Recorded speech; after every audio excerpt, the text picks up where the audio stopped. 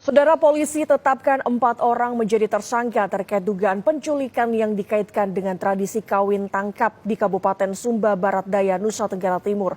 Para tersangka terancam hukuman 9 tahun penjara atas aksinya. Penyidik Satreskrim Kepolisian Resor Sumba Barat Daya, Nusa Tenggara Timur menetapkan 4 orang sebagai tersangka kasus kawin tangkap terhadap seorang perempuan berinisial DM. Keempatnya menjadi tersangka setelah polisi menaikkan status penyelidikan ke penyidikan. Polisi juga telah meminta keterangan sejumlah saksi, termasuk korban DM dan ibunya. Dari hasil pemeriksaan polisi, diketahui peristiwa ini merupakan perjodohan yang tidak diketahui oleh pihak perempuan. Peristiwa ini peristiwa perjodohan dari dua keluarga yang tidak diketahui oleh pihak perempuan ini. Inisial yang mau dijodohkan itu seorang laki-laki dengan inisial Y ya. Dan sebelumnya belum saling kenal. Dari hasil lidik bersama antara Intel Polres dan Kapolsek setempat, kemudian berhasil mengamankan para pelaku termasuk korban di rumah pelaku.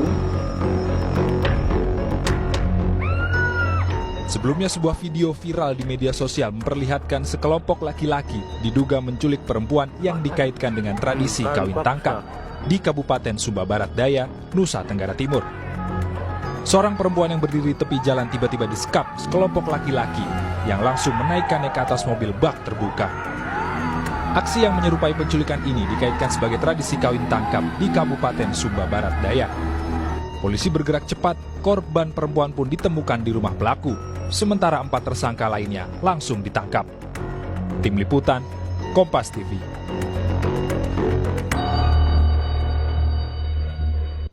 Assalamualaikum warahmatullahi wabarakatuh. Shalom, Om Swastiastu, Namo Buddhaya, dan salam kebajikan untuk kita semua. Pada video kali ini, kami akan memberikan tanggapan kami mengenai tradisi kawin tangkap dari adat Sumba. Sebelumnya, izinkan kami memperkenalkan diri kami terlebih dahulu. Saya Kalista Anastasia Shalom dengan NIM 153. Saya Syarga Cakapa dengan NIM 134. Saya Katrina Anggi dengan NIM 135. Saya Nala Samehe dengan NIM 151. Pernikahan adalah kondisi di mana laki-laki dan perempuan untuk hidup bersama dengan penuh rasa kasih sayang dan cinta. Namun di video tersebut terjadi peristiwa di mana aksi ini dinarasikan sebagai kawin tangkap atau kawin paksa yang kerap dilakukan di wilayah Sumba. Namun belakangan tradisi ini menuai kritikan karena dinilai mengarah ke penculikan dan pelanggaran hak asasi manusia. Kawin tangkap merupakan tradisi membawa lari perempuan yang kerap dilakukan di wilayah Sumba.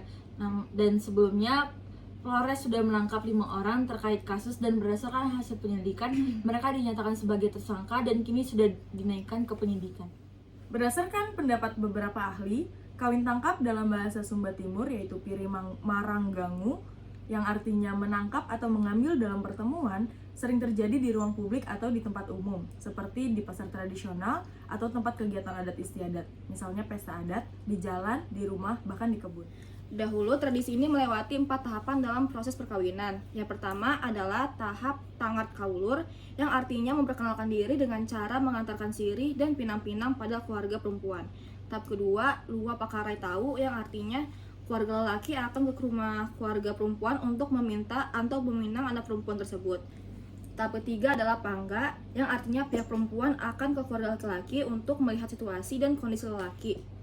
Tahap ketiga adalah pangga yang artinya pihak perempuan akan ke keluarga laki-laki untuk melihat situasi dan kondisi lelaki dan keluarga perempuan akan mendapatkan sejumlah hewan dari pihak keluarga lelaki.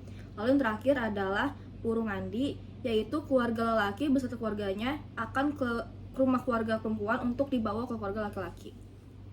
Pada masa sekarang, tradisinya banyak disalahgunakan. Mereka menculik dan tak jarang melecehkan wanita, padahal mereka ingin menyalahgunakan tradisi kawin tangkap tersebut. Nah, berdasarkan untuk kasus kawin tangkap seperti ini, ada beberapa undang-undang yang mengatur tentang kasus kawin tangkap tersebut. Yang pertama ada dalam pasal 1 Undang-Undang Nomor 16 Tahun 2019 dan itu sebelumnya merujuk pada Undang-Undang Nomor 1 Tahun 1974. Ketentuan dalam pasal 7 diubah sehingga berbunyi sebagai berikut. Di dalam pasal 7 Undang-Undang Nomor 1 Tahun 1974 diganti di dalam Undang-Undang Nomor 16 Tahun 2019 menjadi Ayat 1, perkawinan hanya diizinkan apabila pria dan wanita keduanya sudah mencapai usia 19 tahun. Ayat 2, dalam hal terjadi penyimpangan terhadap ketentuan umur sebagaimana dimaksud pada ayat 1, orang tua pihak pria dan atau orang tua pihak wanita dapat meminta dispensasi kepada pengadilan dengan alasan mendesak disertai bukti-bukti yang mendukung. Yang ketiga, pemberian dispensasi oleh pengadilan sebagaimana dimaksud pada ayat 2 wajib mendengarkan pendapat kedua belah calon mempelai yang akan melangsungkan perkawinan. Kemudian ayat keempat, ketentuan-ketentuan mengenai keadaan seorang atau kedua orang tua calon mempelai sebagai dimaksud dalam pasal 6 ayat 3 dan pasal 4 berlaku juga mengenai ketentuan permintaan dispensasi sebagaimana dimaksud pada ayat 2 dengan tidak mengurangi ketentuan sebagaimana dimaksud dalam pasal 6 ayat 6. Kemudian menurut Tan Camelo dalam bukunya yang berjudul Hukum Orang dan Keluarga, bahwa syarat-syarat perkawinan dapat terjadi dalam Undang-Undang Nomor 1 Tahun 1974, yakni dengan syarat substansif dan syarat adjektif. Persyaratan substansif adalah yang satu, perkawinan harus didasarkan atas persetujuan atau kesepakatan calon suami dan istri. Yang kedua, umur dari calon suami istri sekurang-kurangnya 19 tahun dan calon istri berumur 19 tahun juga. Jika belum berumur 21 tahun, harus mendapat izin kedua orang tua. Jika orang tua sudah meninggal, dapat diperoleh melalui wali, dan jika tidak ada wali, diperoleh izin pengadilan setempat. Yang ketiga, calon istri tidak terikat pada pertalian perkawinan dengan pihak lain. Adanya waktu tunggu bagi wanita yang putus perkawinannya apabila akan melangsungkan perkawinan yang kedua. Dan itu tertulis di dalam pasal 11 Junto nomor 9 tahun 1975. Dan yang terakhir, calon suami istri memiliki agama yang sama. Kemudian dalam persyaratan adjektif adalah sebagai berikut. Yang pertama, kedua calon suami istri atau kedua orang tua atau wakil memberitahukan kepada pegawai pencatat perkawinan di tempat perkawinan akan dilangsungkan secara lisan ataupun tertulis. Yang kedua, pemberitahuan sekurang-kurangnya 10 hari kerja sebelum perkawinan dilangsungkan. Dan yang ketiga, pegawai mencatat yang menerima pemberitahuan meneliti semua dokumen-dokumen yang berkaitan dengan identitas calon suami istri. Dua syarat sah perkawinan yang dilanggar ini dapat berakibat dapat dibatalkan perkawinannya. Menurut ketentuan pasal 22 Undang-Undang Nomor 1 Tahun 1974 mengatur bahwa perkawinan dapat dibatalkan apabila para pihak tidak memenuhi syarat-syarat untuk melangsungkan perkawinan. Dalam penjelasannya disebutkan juga bahwa pengertian dapat pada dalam pasal ini diartikan bisa batal atau bisa tidak batal. Bila mana ketentuan hukum agamanya masing-masing tidak menentukan lainnya. Selanjutnya, praktik kawin tangkap ini bisa dijerat kasus penculikan, yaitu pasal 328 KUHP yang berbunyi, barang siapa membawa pergi seorang dari tempat kediamannya atau tempat tinggalnya, sementara dengan maksud untuk menempatkan orang itu secara melawan hukum di bawah kekuasaannya atau kekuasaan orang lain, atau untuk menempatkan dia dalam keadaan sengsara, diancam karena penculikan dengan pidana penjara paling lama 12 tahun. Selain itu, kasus kawin tangkap juga dapat dijerat Undang-Undang Nomor 12 Tahun 2022 tentang tindak pidana kekerasan seksual atau UU TPKS.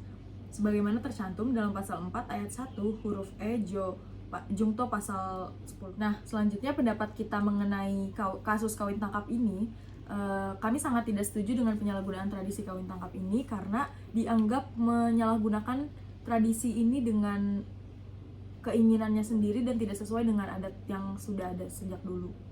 Kemudian menurut pendapat kami juga, dan ini menurut pendapat saya juga, itu dapat merusak kesehatan mental dari perempuan karena dengan adanya paksaan dari kegiatan kawin tangkap tersebut itu memaksa mereka untuk melakukan hal tersebut dan memberikan dampak trauma juga untuk mereka. Selain itu juga mungkin beberapa dari mereka yang sudah terlanjur menikah dengan pria yang bukan mereka inginkan, mereka mungkin akan kehilangan hak mereka untuk memiliki kebebasan, dan mungkin yang masih belum selesai dalam berpendidikan, mereka juga kehilangan dalam hak untuk memiliki pendidikan.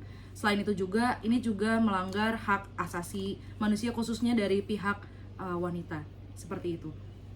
Sekian untuk video dari kami. Mohon maaf apabila ada kekurangan di dalam video ini.